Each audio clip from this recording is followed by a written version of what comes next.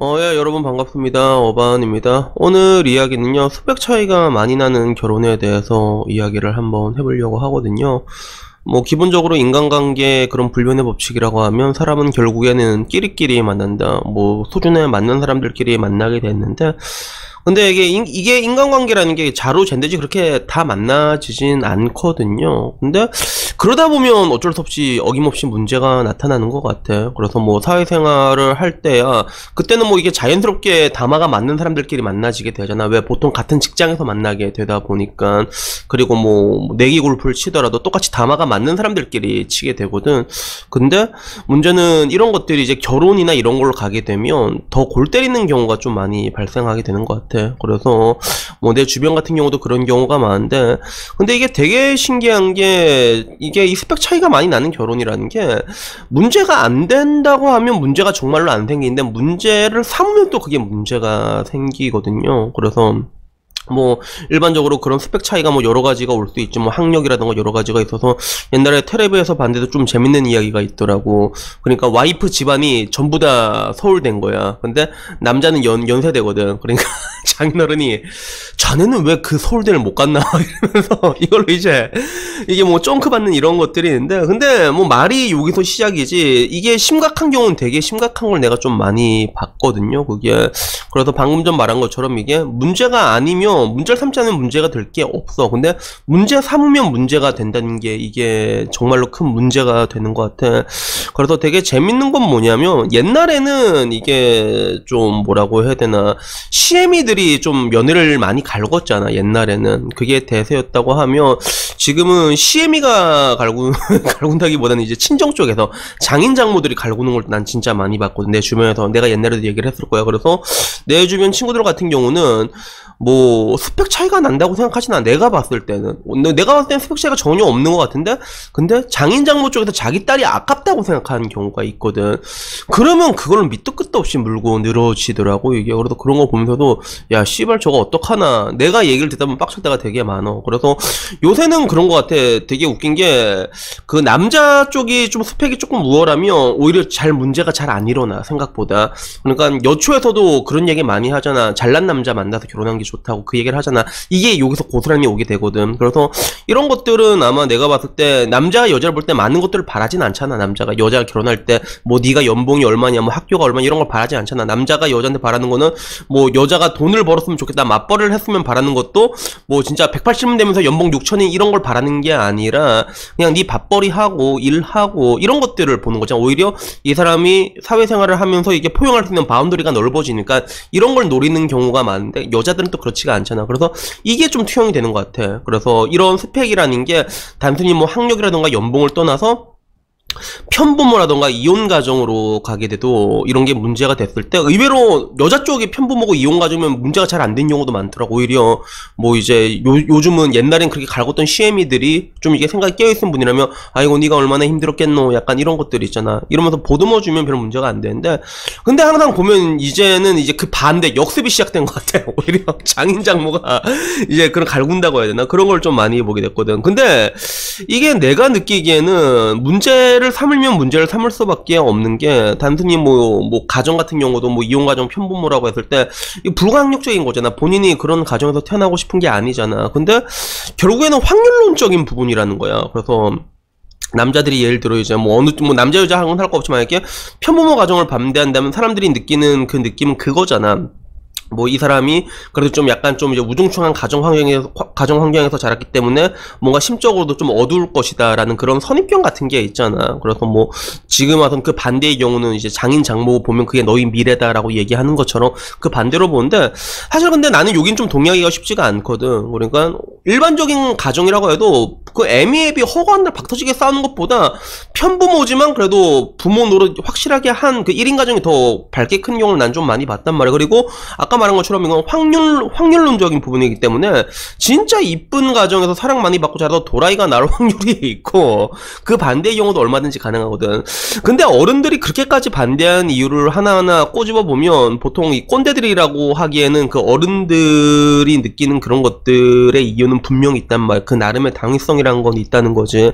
그래서 뭐 예를 들어 뭐 이게 반대를 한다고 했을 때 네가 만약에 편부모 가정이랑 결혼을 하게 되면 피해갈 수 없는 것들이 있거든. 예를 들면 너도 그래도 이게 장인의 사랑, 장모의 사랑도 다 받아봐야 되는데 그런 것도 못 받게 되고, 그리고 또 요즘은 이게 뭔가 세상이 많이 힘들어졌잖아. 그래서 뭐 정상적인 서울 남자, 서울 여자가 결혼한다고 가정을 했을 때 옛날과 달리 자녀가 많지 않단 말이야. 그러면 아비는 죽어서 결국엔 집을 하나 남기게 돼 있단 말이야.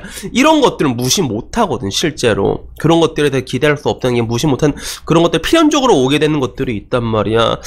그래서 결국은 내가 봤을 때 가장 중요한 것들은 당사자들의 구중 결속력이지. 남자, 여자가 이게 얼마나 사랑을 하느냐. 그러면 뭐 이게 한쪽이 뭐 이제 스펙 되는 거 어차피 신경도 안 쓰잖아. 그래서 한쪽에서 좀 카바를 잘 쳐주는 게 중요해. 그래서 내 남편을 만약에 장인어른이 갈군다 그러면 아빠 왜 그러는데? 이러면서 이제 지랄병을 틀어줘야 돼. 그러면 별 문제가 없거든. 그래서 난 이런 것도 직접 봤단 말이야, 내 친구 중에서. 그래서 내 친구 중에서도 딩크로 사는 애가 있었는데 결국엔 애를 낳았어. 딩크로 오래 살았거든. 근데 둘이 얘기했을 때 약속했던 게 각자 집안 각자 카바치기였거든. 결혼하고 애를 안 낳으니까 얼마나 양가에서 갈궜을 거야. 그거 각자 집안에서 카바치가 또 카바가 쳐지더라고, 그게. 그러니까 이런 부분에서 못마땅한 것들 있잖아. 부부 사이에 가장 중요한 것들은 각자 간의 서로 간의 관계이기 때문에 여기를 깊게 들어오는 태클은 서로 원천 차단을 할 수 있으면 의외로 크게 문제가 되지 않고, 근데 뭐 그걸 떠나가지고 또 그걸 증명할 수 있는 방법도 있거든. 예를 들어 이 사람한테 기대했던 것들 그 이상으로 행복하게 살아주게 된다면 그러면 또 사람 마음이 누그러지게 돼 있단 말이야, 결국에는. 그래서 결국엔 자기가 이제 증명하면 또 이제 별일 없이 넘어갈 수가 있다는 것들이죠. 근데 문제는 내가 봤을 때 이런 것들이 아무리 좁아지게 해도 증명할 수 없는 경우도 분명히 있는 것 같아. 그래서 예를 들면 굉장히 스펙 차이가 많이 나는 결혼 중에서 여자가 압도적으로 스펙이 좋았던 경우가 대한민국 역사상 딱 한 명 있잖아. 이부진이라고 해서 부진인 노자가 이무재 삼성물산 그 사람이랑 결혼을 해서 결국엔 지금은 이혼을 했잖아. 그렇게 이혼을 했는데 이런 경우라면 이무재가 아무리 잘해도 삼성 쪽에서 인정을 받을 수 있을까? 못 받는단 말이야, 그런 게. 그래서 때로는 그렇게 이게 진짜 엄청나게 갭 차이가 크다면, 혹은 그쪽 집안에서 엄청나게 갭 차이가 크다고 생각하면 이거는 정말로 암만 해도 어쩔 수가 없는 것 같아. 그래서 이 얘기는 내가 나한테 하는 얘기이기도 하단 말이야. 그래서 지금 여자친구가 16살 연하란 말이야. 16살 연하인데, 근데 지금 뭐 말은 뭐 대학교 졸업할 때까지 만나면 결혼하자 이렇게 얘기를 했는데, 사실 16살이면 야 나라도 싫어할 것 같단 말이야. 나라도 존나. 내 친구들한테 물어봤고, 내 친구 딸 가진 애들이 있단 말이야. 니 딸내미가 16살 많은 남자 데리고 뭐 들어갔대 그러면 그 일단 씨발 새끼 좀 패고 시작할 것 같은데, 약간 다 이런 반응이야. 그리고 심지어는 되게 신기했던 게 내가 우리 여자친구한테 물어봤거든. 자기야 오빠 어디가 그렇게 좋아? 라고 물어보니까 오빠는 꼴마초라서 좋아 이러는 거야. 여자친구가 보기엔 내가 꼴마초처럼 보이는데 이게 되게 신기한 게 뭐냐면 그 장인어른 되실 분이 여자친구 아버지가 완전 진성 꼴마초라고 하시더라고, 얘기를 들어보니까. 근데 아버지랑 사이가 되게 좋단 말이야. 그러니까 좀 이렇게 아버지를 닮은 나한테 좀 끌렸던 게 아닌가 그런 생각도 분명히 있거든. 근데 마찬가지로 이제 그러면 내가 한번 나를 이렇게 투영을 해보면 답이 나오지만, 이게 내가 내 막내딸 금지옥이 키운 딸이 16살 많은 그런 남자를 데리고 와서 결혼한다 그러면 어떻게 할까 하면 야 나도 팰 것 같거든.